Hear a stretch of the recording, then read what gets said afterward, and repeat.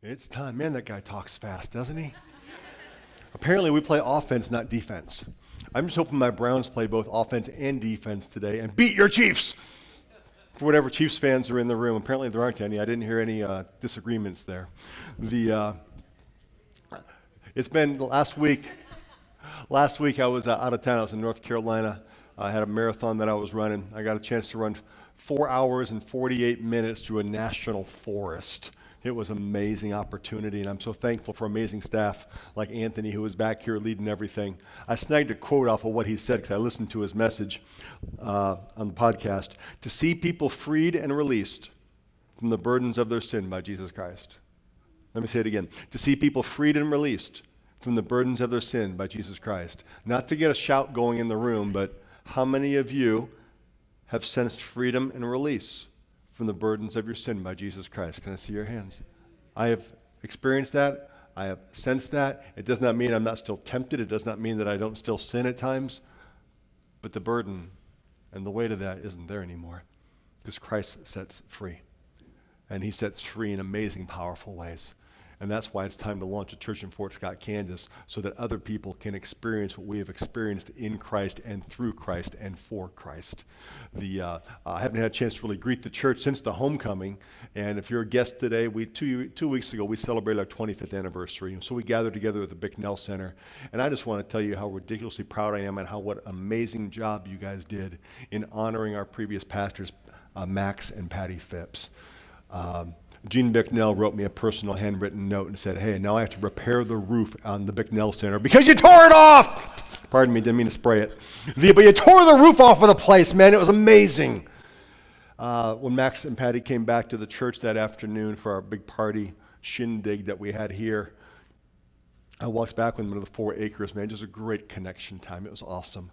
Thank you so much for honoring them so well. And that's what we did that day is we glorified God, no doubt about it. Let's not get anything off track here. We glorified God, but we honored those who left a legacy because when you leave a legacy, it's like a ripple. And it keeps going. But some of you, and a lot of college students in this service, some of you are going to college and you're having to work your rear end off at a fast food joint just so you don't starve on the weekends. But some of you are going to college on great-grandma's money. Nothing wrong with that. How many of you wish you had a great-grandma that could have paid your way to college? Yeah, nothing wrong with that. It's more blessed to give, but it's still blessed to receive. And maybe you're going to college on great-grandma's money because she left a legacy that's still rippling. Now, there's a difference between a legacy and a wake, but they look similar. I grew up half a mile from Lake Erie. And though I didn't go out on the water very much, my grandpa took me out on a boat one time, a small boat. There was 3 of us on the boat, and a Coast Guard vessel was coming by. And he said, Mark, hold on. I go, what? And the Coast Guard vessel went, and then as it got kind of like in line with us, it slowed down. And then it picked back up. Couldn't figure out why, man. I don't know, 11, 12 years old. He said, Mark, we're going to brace for the wake. And he told me to grab on, make sure I'm seated. I go, what? And he kept looking over toward the ship and looking over toward the ship, and then all of a sudden I saw it, the wake from the boat. And then all of a sudden we were leveled again. Now I understood what a wake was. Will you be someone who lives your life in such a way that people are thankful for your legacy? Or will we live our lives in such a way that people are bracing for our wake? Let's be people. And we have exactly what it takes if Christ is inside and we're living for him. Let's be people that are thankful for our legacy, making the hard decisions when we don't want to make the hard decisions, making the commitments and sacrifice when we need to make the commitments and sacrifice, choosing others instead of choosing ourselves, that people are thankful for our legacy instead of bracing for the wake. And you may have had some ups and downs in your life that weren't necessarily caused by you. They were caused by somebody else's wake. That's not the kind of people we want to be, and that's not where we're aimed. And so when we announced 2 weeks ago, this is kind of a continuation of that message, that we're launching a satellite campus in Fort Scott to reach people that are not being reached in Fort Scott. Not to come up and compete with any church in Fort Scott, but to go ahead and team together with allies so people that are disconnected from Christ can get connected to Christ. And as I look out and I see you today, and many of you, I know a lot of your stories. I know where you were and I know where you are now, and I know what being connected to the local church has done and how you've grown and how you're connected to Christ and how that burden of sin doesn't have the weight that it used to have, and that you're not the same person you used to be. We want to take that and we want to multiply that. And so over the next few weeks, we're going to be challenging Flag to give in a one-time Christmas offering and to make a one-year financial commitment so that we can go ahead and launch that church in Fort Scott, Flag Church in Fort Scott, in December. The Faith Promise we'll launch the church in September 2019. The Faith Promise Day that we'll make those commitments is December 9th, 2018. So we're a month off from that. So we're talking a little bit about finances today, but let's first talk about why. Why do we think it was a good idea? Because Fort Scott is ripe for harvest, man.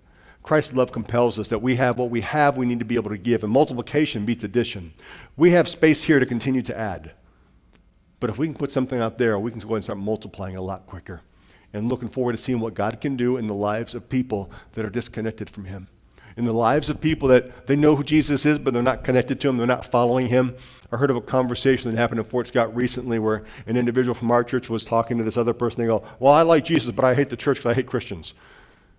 How many of you can relate to that person and say sometimes you distance yourself from the church because you hate some Christians? There's some Christians I don't like because I see them on Facebook. And there's some you don't like. But Jesus loves them all. And my goodness, if you're going to walk away from the church because of Christians, man, are you going to walk away from Walmart because they got one thing there you don't like? Some of you, yeah, I have. But we talked about why. Why is it? And then we talked about how. We're going to need to hire a full-time campus pastor. We've got to find a facility, recruit a launch team. It's going to be a ton of work. It's going to take some sacrifice. But so is exactly what you're receiving right now. And for some of you, you're a guest today. You're slipping in. But some of you have been coming for a while. And God's used this local church to help mold and shape and change you. And everything you've received has come because of someone else's sacrifice. Whether it was the funds raised for the building we're sitting in or the funds raised for the land we're put the building on. Somebody else sacrificed and we received benefit from that. And the need is there in Fort Scott between churched and unchurched people. But to be able to see some people that are believers but are so separated from his body. Just this morning, John Minot, they used to attend here, John and Stephanie Minot, daughter Haley, son's name is Brady or Brody, I can't remember. Brady, thank you. Tom Brady, yes. I can't try to remember his name. He ran Elite Martial Arts downtown, if you remember the martial arts place. They moved to Muncie, Indiana about 8-9 months ago, I'm guessing. And so they came back for one day, yesterday, and they were leaving today, and it's an 11-hour drive, and they didn't have time to make it to church today.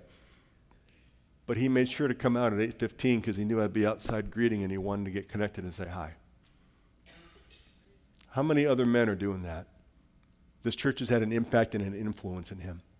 And over the past month, I had 2 other men, unsolicited in conversation, say, Pastor Mark, I just need to tell you that I just thank God for what he's done in my life through Flag Church. We're thanking God, but he does it through people and through a local church. I don't know where I'd be if it hadn't been for what God's done in my life through this church. And I can say the same thing if I point back to Christian Heritage Assembly of God back in Avon, Ohio, where I gave my life to Christ. So we want to see anyone and everyone have that opportunity to get connected. And we know what happens in people's lives. So here's what's being asked. Over the next couple of weeks, we'll be talking about this and working our way through this, but asking you to make sure you connect to all the messages in this series on the Flag, how Flag loves Fort Scott. There'll be about 5 or 6 of them as we go through that. We're going to ask you to attend one listening tour. We'll explain what those are in a little bit, about a 60 to 70-minute gathering in somebody's home where we're just talking about, here's what we're doing, here's what we're thinking, do some Q&A, that kind of stuff. We'll ask you to hold one family conference, just a conversation in your house on what your family would decide to do over that 1 year. Participate in the Christmas offering, a one-time Christmas offering, and then make that 1-year faith promise. And we realize that it might be challenging. It might be challenging to think that there'll be some questions. So we want to give you the chance to ask questions, but I probably need to read this room a little bit here. Based on age and based on experience. How many of you have ever participated in any kind of church's giving campaign before? May I see your hand? And keep them up for just a second. Okay, a little less than half. I don't want to use terms that people are unaware of by any means, but we do want to get your questions. Whatever questions you have as we're going through this, whether it's today or throughout the next week or the next weeks, I would love for you just to text that in. Just text it to I want to know. And text it into that text code 555-888, whatever questions you have. And I know we can't answer them all today. I'm not going to try and answer them all today. But can I tell you, your questions are of benefit to us. So what I want to do is take some time and talk about why would we even bother to do a giving campaign? Why would we even bother? So the first fill in the blank this morning is this: to help people grow to spiritual maturity. to help people grow to spiritual maturity. Because if you are fully committed to something and it has not attached to yourself to your finances yet, you're probably not fully committed. Let me give this illustration. Let's talk to the ladies for a moment. Ladies, this gentleman is enamored with you. He is infatuated with you. He is head over heels with you. He cannot stop spending time with you. He cannot stop texting you. He cannot stop telling you how pretty you are. But he still says, let's split the bill at Mall Deli for the past 6 months. Are you all in? Is he all in? Something's off if he's not willing to buy you a bagel. But he's willing to say you are everything and all that. If it doesn't hit our pocketbooks, it probably hasn't hit our heart yet. The way Jesus put it was, wherever your treasure is, that's where your heart's going to be. That's where your heart's going to be. And we want to see people grow to spiritual maturity. Now, if I were to say, hey, on the count of 3, don't do this, on the count of 3, shout out someone who you think is generous. How would you feel? No, don't do it. I'm not trying to trick you up, Susan. Don't do it. What if you heard your name shouted? How would you feel? Embarrassed, humbled, honored? Probably not worthy of it, which would be indication you probably are generous if you heard your name. Wouldn't you? What if you heard your kid's name shouted out and it wasn't by your kid? Wouldn't you want that? And we want to help people get to spiritual maturity. And it's really hard to get somewhere you're not without commitments and without some synergy working together. Whether that's an athletic thing, or whether that's a financial thing, or whether that's a strength thing or a health thing that you're trying to move towards. The Apostle Paul was writing to the Corinthian church, and the Corinthian church was known to have a little bit of finances because of where it was located. He told them this, hey, you guys are excelling in so much, man. You're doing great.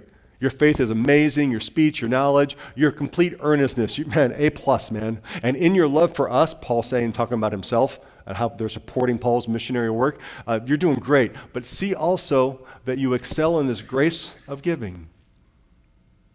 Excel in this too. Excel in that too. And the way Jesus put it when he was being quoted by Luke, who wrote Acts, was, it's more blessed to give than to receive. Now, Christmas time is coming up, and let's just find out who the guilty people are right now. Who's already playing Christmas music? Can we see your hands? Yep, those are the guilty people right there. Mm-hmm. Avoid those people at all costs. Ooh, I'm married to one. I'm in trouble. But it's more blessed to give than receive. Please note what Jesus said. It is blessed to receive. It is blessed to receive. I love receiving. I love opening gifts, even if I get an Amazon card. Because if I open it up and get an Amazon card, now it's like opening it again when I get to spend it online. I can pick from a million things, and they're all going to come in this nice little box with a little smile on it to my house. It's awesome. I don't even have to leave my mouse. I'm a mouse potato, not a couch potato. But we're supposed to excel in this grace of giving, and that it's more blessed. More blessed. I don't know, man. I feel pretty blessed when people give me stuff. I feel pretty blessed when people say, hey, this is for you. That's pretty blessed. But more blessed when I give? Only one way to find that out and actually make some of those sacrifices. And I can tell you who could tell you that because they've experienced it, it's more blessed to give than receive. And that would be the people in this congregation that were attending in 2010 to 2012 when we went through a 3-year giving campaign. Not 1 year, but a 3-year giving campaign to be able to help us get this building built that we're sitting in right now. And some of them are in this service. And if you're in this service and you were attending then and you gave at that time and you're already committed to give to this 1-year campaign, even though you don't know what you're going to give yet, I would ask you, would you consider sharing a testimony?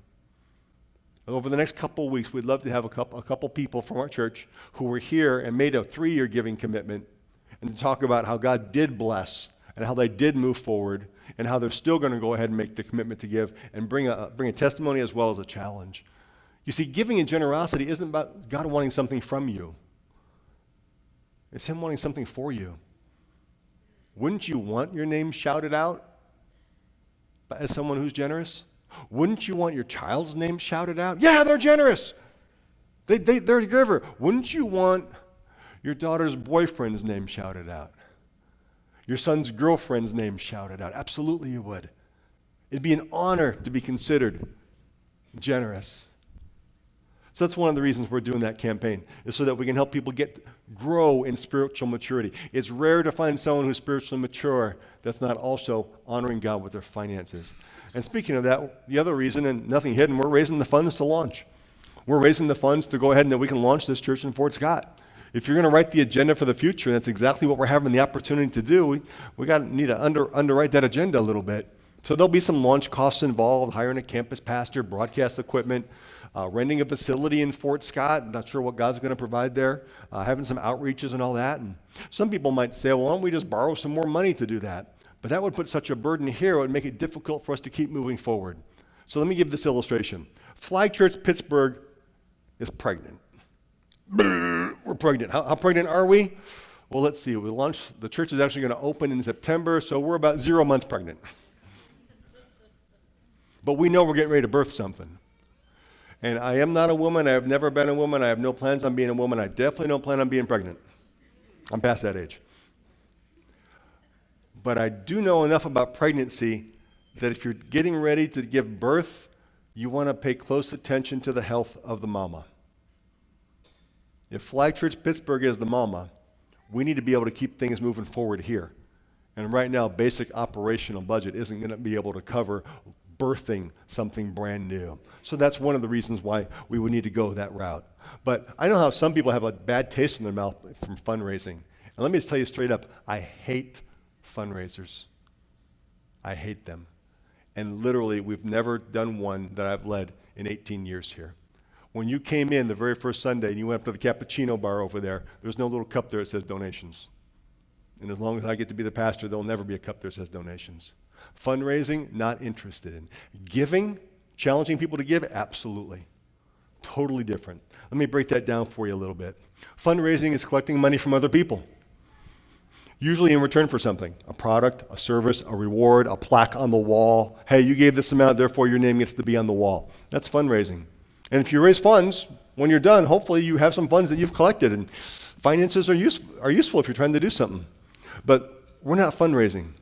We're challenging ourselves. We're not trying to collect money from other people. We're challenging ourselves to give. And we're challenging ourselves to give not so we can get, but we're challenging ourselves to give so that we can reach people that aren't reached yet, people that we do not know, people like what you are for those that gave in 2010, 11, and 12. Matter of fact, when they gave back then, they weren't giving so they could get. They gave so you could get. Do you realize that? You know how that makes me feel? It makes me feel humbled. It makes me almost feel a little bit responsible. Now, I don't feel like I have a debt to pay. I don't need to get this burden off of me. I have this opportunity now that whatever it is in my hands, and I may have more than what they have, or I may have less than what they have, but now I have an opportunity to go ahead and participate as well, which is awesome and amazing, and I'm just so blessed I have that opportunity. I want to participate. I want to, because when you do fundraising, funds are collected. When you have giving going on, funds are collected, and disciples are developed. And when you get to the spot where you're willing to give in your life, regardless of what you get back, you're a changed person. And some of you are there. Some of you are not there yet. But can I tell you, when you get there and you get to that spot, it'll change you. And you won't be the same person again. Another reason we're doing this is we want to develop fellowship and unity within our church family. Because when you get a chance to get on the same vision, the same purpose, the same aim, the same goal. Right now, because the Chiefs are 7-1. 7-1, 6-1? 7-1? All right, so after today, they'll be 7-2. But right now, they're 7-1. They're playing my Browns, that's why I'm saying that. But you know what? I bet you that locker room is pretty tight. One vision, one goal, one direction, moving forward. That's what can happen here. That's what can happen here. As we all get on that same, this is where we're headed. This is the horizon we're aiming for. This is why we're going there. Let's go. Let's go. And that what we get to do is we get to encourage one another. And we get to build each other up. That's hard to do when you're sitting in rows right now. That's why we're having a listening tour. If you look on your bulletin, I think at the bottom of your bulletin there's some dates there that list that. And what a listening tour is, and I specifically want to challenge those 18 to 25 to get this part of your life under control financially, and to be involved in something like this, even at your age, will set your course differently when you're 35 and making more money than you can even dream of right now on how to spend. But before you make a commitment to give for over a year, hey, I'm going to go ahead and I'm going to participate. I'm going to give $5 a week, $10 a week for a year. I'm going to go and do that. You may have some questions, and you probably will. So a listening tour is just an opportunity to gather in someone's home, hear some more details, hear some more vision, and ask some questions. Let me show you some pictures from one of our previous listening tours we did back in 2010, 11, and 12. Those are the people that provided the spot for you to sit and receive what you've been receiving for the past weeks or months that you've been coming to this church. And some of them don't attend anymore. Some of them have moved on. Some of them have moved away. But they didn't just give. They actually showed up and said, yeah, well, let's go ahead and communicate and connect. And great things happen there. Great things happen. And so what we're doing today is we're asking people, are you willing to host a listening tour? Are you willing to host? And if you are, you can text that in too. It's like a digital sign-up sheet. But if you're willing to host, and what that means is simply that you just contact the people that say, yeah, I'm going to come to your house. And if someone signs up on your list and says, yeah, you just contact them and say, hey, here's where I live. Here's how you find my house. It's the blue house next to the green car and the red barn, so you can find it real easy. And when they come to your door, open the door, give them something to drink, give them a place to sit. Your pastoral staff and leadership will take it from there. And we'll come in, we'll have a 60 to 70-minute meeting. We'll share about 20 minutes of vision and information that we wouldn't want to take time to share on a Sunday morning. We'll give you all the nitty-gritty details that we can think of. We'll answer any questions. And make sure that everyone's clear on what they want to be clear about. It's a great opportunity. If you're willing to host, I'd love to have 20 of those. Maybe you have a life group and your life group could host one. Maybe your life group could host one and open it up to anyone else who wants to join. Now, amazingly, when we did this before, we had a listening tour, and one of the host places had someone come by, and it was at their listening tour meeting they found out they shared a property line. Yeah, can you imagine that? Now, they live out in the country, so we're talking about their house might still be about a mile and a half apart from each other. But they actually shared a property line. Those connections can start happening when we make that effort. Last thing we want to do in the middle of this is we want to celebrate, man. We're pretty good at celebrating. We know how to throw a party. And we're going to celebrate what God is doing and what God has done by bringing a free will offering, Deuteronomy 16. So that celebration day will happen on December 9. December 9, the Sunday before college students take off. Everyone's still in town, and that will be the day that we would do that, which is why we're giving you plenty of notice. Now, the idea of a giving campaign can probably put some people at, especially if maybe today is the first day you're a guest and you're going, all churches do is want my money. All they do is want my money. Please listen to the previous 8 months of messages. We haven't talked about that. But if we're going to build and move forward, it's definitely going to take some sacrifice. And I believe that we have what it takes to go ahead and move forward on that. And it's going to be amazing to see what God's going to do. A contemporary terminology for a giving campaign would be called pay it forward. We get to pay it forward. We get that opportunity. But I want to make sure that you know what we're not going to do. In case you've ever had any history or remembrance of, I remember when great-grandma had to eat turnips for 6 weeks in a row because she made a commitment to the church, and Moose and Rocco were going to come by and take her money if she didn't pay her pledge. Nothing like that. Nothing like that. First off, we're not going to pressure anybody. We're not going to pressure anybody. There'll be no arm twisting at any time. There'll be no one in your face, in your grill, challenging you about anything. Group-wide, challenge you to sacrifice and commit, sure. But we're not going to pressure anybody. Paul, when writing to the Corinthian church again, he said this, remember this. Whoever sows sparingly will also reap sparingly. Whoever sows generously will also reap generously. Which sounds like a great verse to go ahead for the preacher to dig in, lay on the guilt, get emotional and manipulative, and tell you that if you have a penny in your pocket when you leave, you're not generous. But that's not at all what I'm going to do. That's not at all what Paul does. He goes the exact opposite way. Each person, each man should give what he has decided in his heart to give, not reluctantly. If you don't want to give, don't. Don't. All good. We're not going to treat you any differently. Or you feel like it's under compulsion, your arm's getting twisted, don't give. Don't give. God loves a cheerful giver. And I believe he can change your heart to get to the spot where you're actually giving cheerfully. That's how I know he changed me, because I sure didn't grow up with that kind of a heritage of giving. Because there'll be some people who will give when they catch the vision on what's going on and how people are going to be reached and lives are going to be changed. And there'll be people who will give no matter what we do. They're ready to give. They're wondering why it took so long. They're saying, Pastor, what's taking so long? Let's get this going. And there's people that will never give no matter what we do. But we're not going to pressure anybody. You can say no. And there won't be a single moment in this entire thing where your name will be asked to be sign your name and put an amount next to it. Never. Never. Even when we're challenging people to make a simple commitment, they won't be asking for your name, and you'll have the opportunity to put 0 down and say no. Now, even though we will let you say no, obviously, we won't say no for you. We won't say no for you. We won't say no for anybody. Some of you are in your teens, and you're going, well, this isn't for me. It may be exactly if God starts stirring in your heart that everything that you earn, it all belongs to him anyways. Maybe you're a college student and you're working a couple extra hours at fast food just so you can go ahead and have some ramen over the weekend. And you're going, well, what I can give really isn't going to matter. Can I tell you my greatest giving testimony happened when I was almost at my poorest? By far. My address had a fraction, 921.5. It's now a parking lot. My income was the lowest. I just gotten laid off from UPS, and my income was down to $98.84 a week. It was $6 an hour at 20 hours a week at the church. I was the custodian. It's third service. I can share this whole story now. You should come to 10 o'clock next time. And my roommate had moved out, so my rent was all mine, $245 a month. I know, you got to do the inflation. This is back in the 80s. And I'm sitting right about where Phil's sitting, and it was a midweek service, and we had some missionary. I was sharing, and at the end of the service, the pastor got to take an offering for the missionary and did the basics, hey, we're going to pray, we're going to see what an offering for mission, let's pray and see what God has us give, which basically means write your check now. Checks, paper, money, people wrote those back a long time. All right. There was no text to give in 1987. And I had my paycheck in my back pocket. And I did what everybody else was doing, at least what I thought they were doing. I'd only been a Christian for about a year. I prayed, hey, God, what do you want me to give? And I sensed God telling me to give my paycheck. So I did what any Christian would do. I prayed again. You would have too.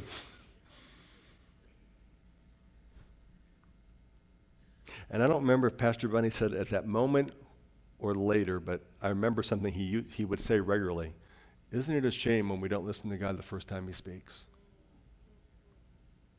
And if you knew my pastor, you know it wasn't out of harshness. So I pulled the check out, I signed it, and I put it in the offering basket. I can take you to the spot. The church still stands. Right now it's the courtroom for the city hall. I can take you to the pew. Before I left the sanctuary after that service, the usher tried to give it back to me. My name is Don Leach. And the next day I went to work, which was at the church. I was the custodian. And pastor called me into his office and said, Mark, we got a good offering for the missionary. I can give that back to you. But he refused to say no for me.